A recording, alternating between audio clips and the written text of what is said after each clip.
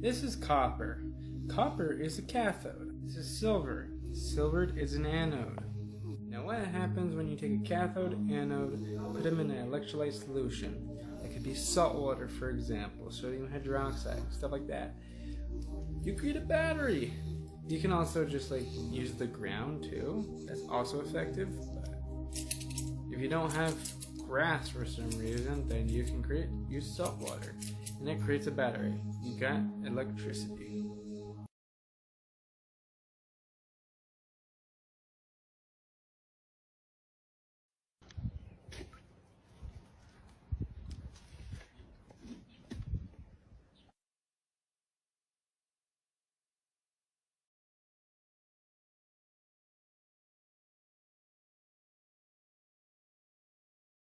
And it's worth about £120,000 on the open market.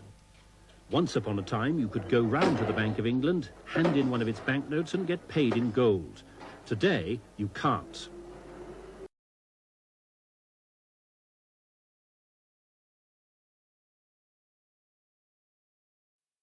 The stone spheres of Costa Rica. More than 300 stone spheres were discovered in Costa Rica in the 1930s. They range from a few inches to over 6 feet in diameter. They are all perfectly round and believed to be made by human hands around the year 600. Except there have never been any unfinished partial spheres found. No one is sure how they were made. So perfect with the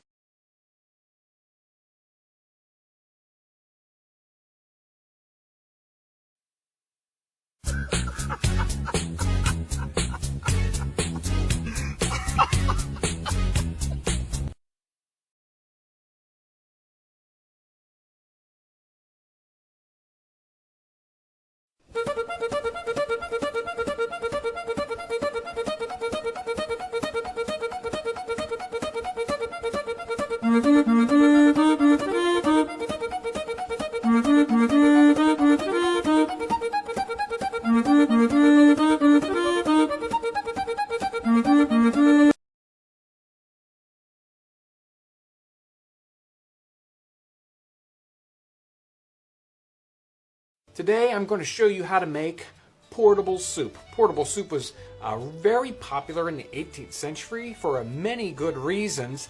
Thanks for joining us today on 18th Century Cooking with James Townsend and Son.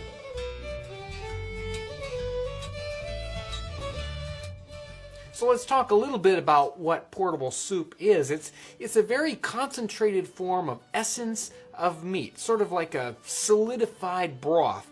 And in that time period, they used it like we would use soup bouillon today. It goes by many different names in period texts. You'll see it as portable soup, portable broth, pocket soup, veal glue, I like this one, portmanteau pottage, and the list goes on and on. Portable soup was extremely convenient. It doesn't take up very much space. It's very light. It's a very condensed food source, and it's very flavorful in that very condensed form. It was used by military, by travelers, even used as an invalid food source at times, especially aboard ship. So it was used in many different situations, but it was very difficult to make, especially in a home setting. It took a long period of time to make. You have to watch it all the time, because if you turn your back on it and it got too hot, it would ruin all your work. So it was very laborious, and it was even industrialized in the 18th century. Even if you're not a historical reenactor yet, this portable soup makes an excellent homemade flavor booster that's all.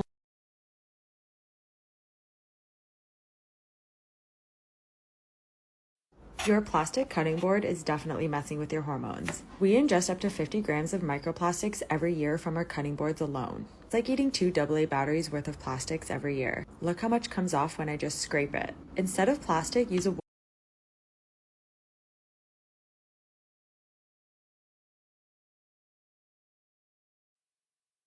This 110-year-old xylophone recording demonstrates how pure analog sound should be. Remember, this was mechanically recorded and mechanically played back.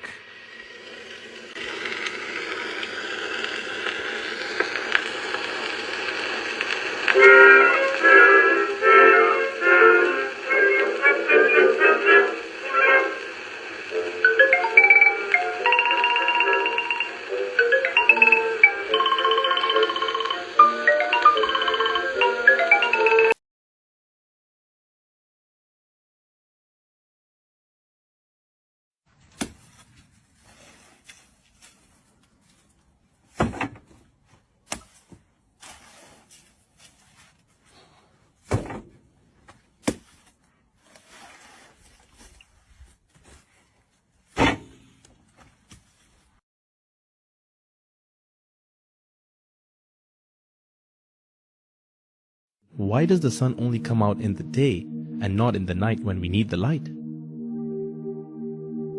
We wouldn't need light bulbs anymore if the sun was shining during the night.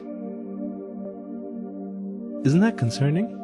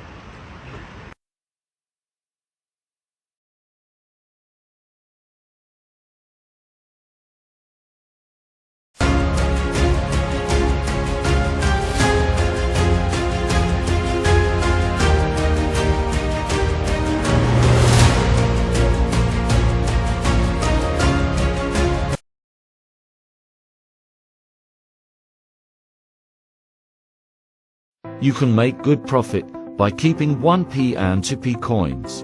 All 1p and 2p coins issued before 1992 were 97% copper, which meant that the actual metal content was worth more than the face value of the coin. For example, 2,900 pounds of 1p and 2p coins would be worth £4,700, a £1,800 profit just for their metal content. The Royal Mint had no option but to change this in 1992 as they were losing money, so they came up with a new idea.